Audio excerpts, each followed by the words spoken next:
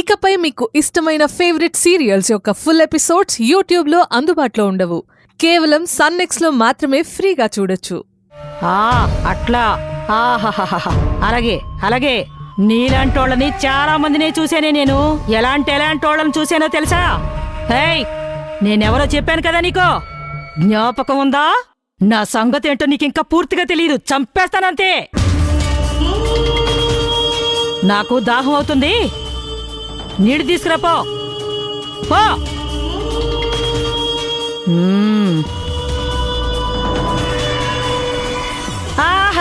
ఉయ్యారంగా ఎట్లా పోతుందో చూడు.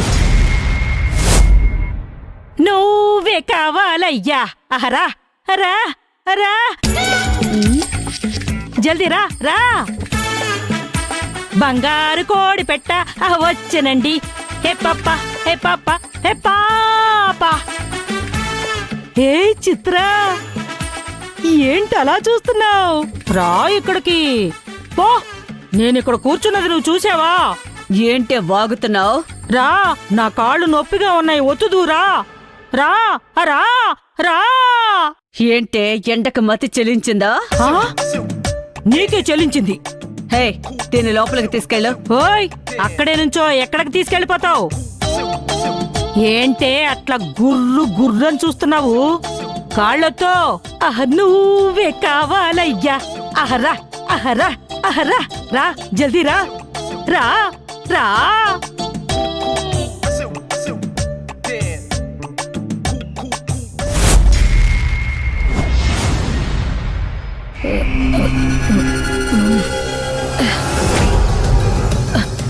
నమస్కారం మేడం.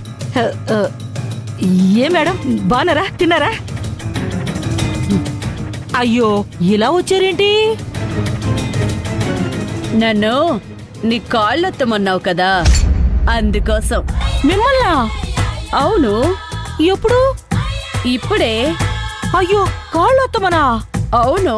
అయ్యో, మిమ్మల్నా? హే, ఆప. ఒత్తుదా, దాందే ఉంది. పో మేడం, నేనెందుకు పిలుస్తాను? పిలవకుండా నేనెందుకు వస్తాను? ఆహాహాహా. నాది ఎంత అదృష్టం! నా జన్మ ధన్యమైపోయింది. మీలాంటి పెద్ద ఆఫీసర్ల చేత కాళ్ళు నొక్కించుకోవాలని ఎప్పటినుంచో ఆశ ఇన్నాళ్లకి నెరవేరింది. నొక్కండి. చంపేస్తున్నారు నన్ను. అయ్యో, నన్ను కొట్టదు. రండి. ఏడుకొండలవాడ వెంకటరమణ స్వామి, కొట్టదు. వద్దు, కొట్టదు.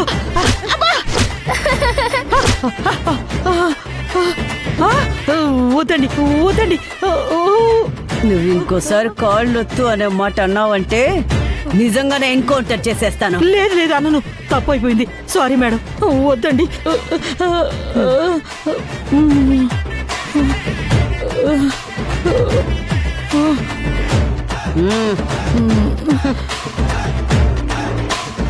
అయ్యో అమ్మా, ఒళ్ళంతా పులిసిపోయిందే.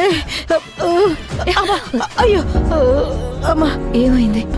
నా పనేదో నేను చేసుకుంటుంటే వాళ్ళు వచ్చి నన్ను కొట్టారమ్మా. ఎందుకు?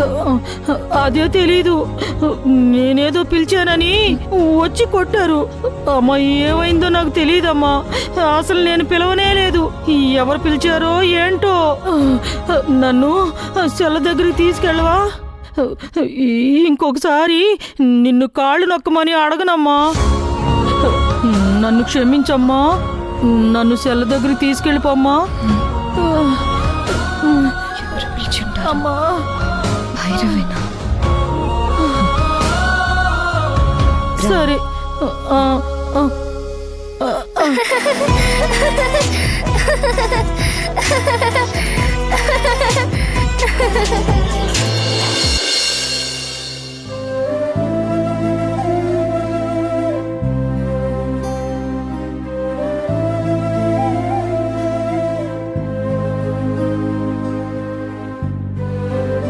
ప్లీజ్ భైరవి, నేను నీతో మాట్లాడాలి.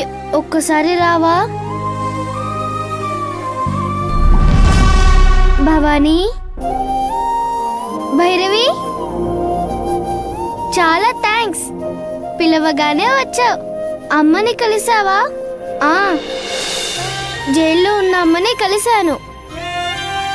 అమ్మని కొంతమంది హింసిస్తుంటే వాళ్ళకి పనిష్మెంట్ ఇచ్చాను.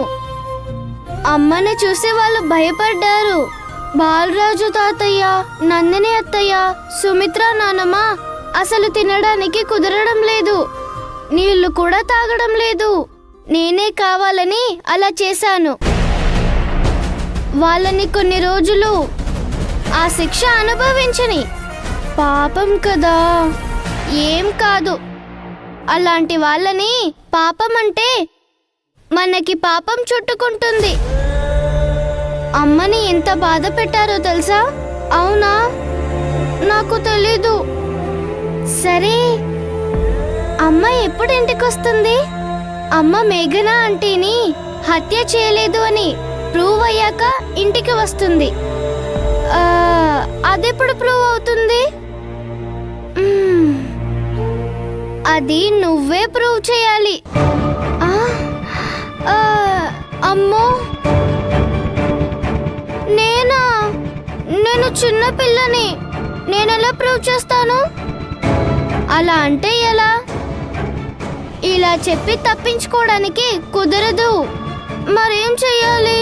మేఘనా ఆంటీని ఎవరు హత్య చేశారో నువ్వే కనిపెట్టాలి. ఇన్ని రోజులు మీతో ఉండడానికి వీలు కాదు. ఈరోజు రేపు మళ్ళీ నేను తిరిగి రాని చోటుకి వెళ్ళాల్సి ఉంటుంది.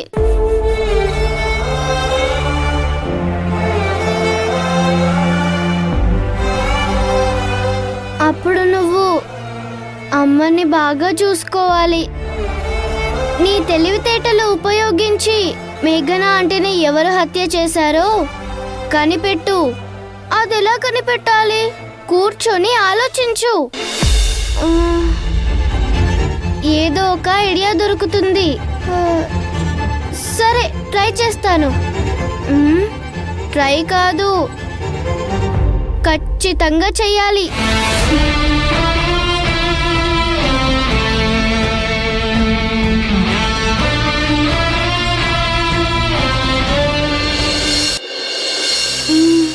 ఇప్పుడే వస్తాను.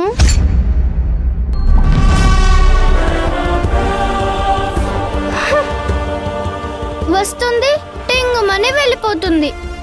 ఎప్పుడు ఇంతే. ఏం చేయాలి ఇప్పుడు?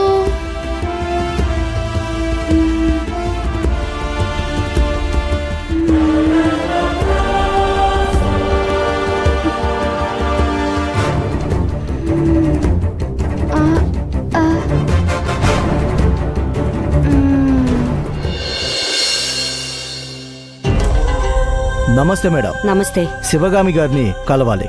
ఇది జైలు, పర్మిషన్ లేకుండా పంపించడం కుదరదు. మీ మేడం చిత్ర గారికి ఫోన్ చేసి రావణ్ ఫ్రెండ్ గుణ శివగామిని కలవడానికి వచ్చాడని చెప్పండి. హలో మేడం, ఎవరో గుణ అంట, రావణ్ మనిషి శివగామి గారిని కలవాలంట. సరే మేడం.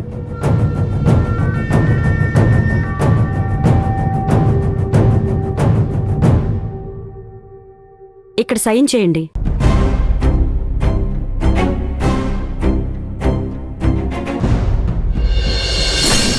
నా పేరు గుణ, మేఘనా అన్నయ్యని. మీ గురించి చాలాసార్లు చాలా విన్నాను, కానీ ఫస్ట్ టైం చూస్తున్నాను. నా చెల్లిని ఎందుకు చంపావు? ఇది నువ్వు వెళ్ళి అద్దం ముందు నిలబడి నేనెందుకు చంపుంటానా అని ప్రశ్నించుకో.